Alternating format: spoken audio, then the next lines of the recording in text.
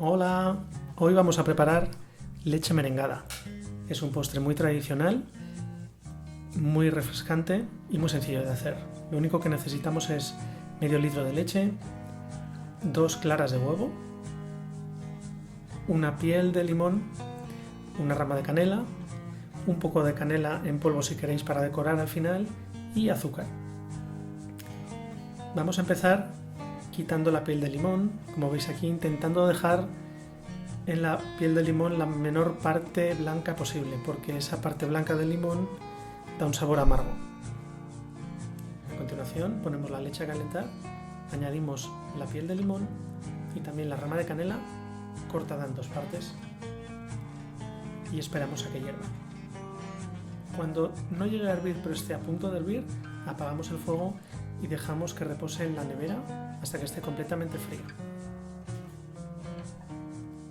Una vez que está fría, podemos separar las claras de las yemas y nos quedamos solamente con las claras. Ahora lo que hay que hacer es batirlas a punto de nieve. Hay que batir hasta que el punto de nieve sea firme. Si queréis, a mitad de la preparación, a mitad del montado de las claras, podéis añadir un poco de azúcar para facilitar el proceso. Yo cuando ya vi que estaban un poco montadas, paré y añadí un poco de azúcar y a continuación muy rápidamente quedaron bien. Sabréis cuando está listo cuando veáis que se forman estos picos sólidos que no se bajan. En este momento las claras están listas.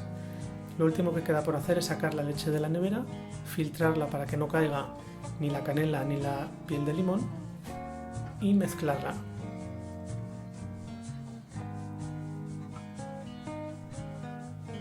En el último momento, antes de servir en los vasos, es bueno que con el cazo volváis a dar vueltas a la mezcla porque la leche tiende a quedarse en el fondo y las claras en la superficie.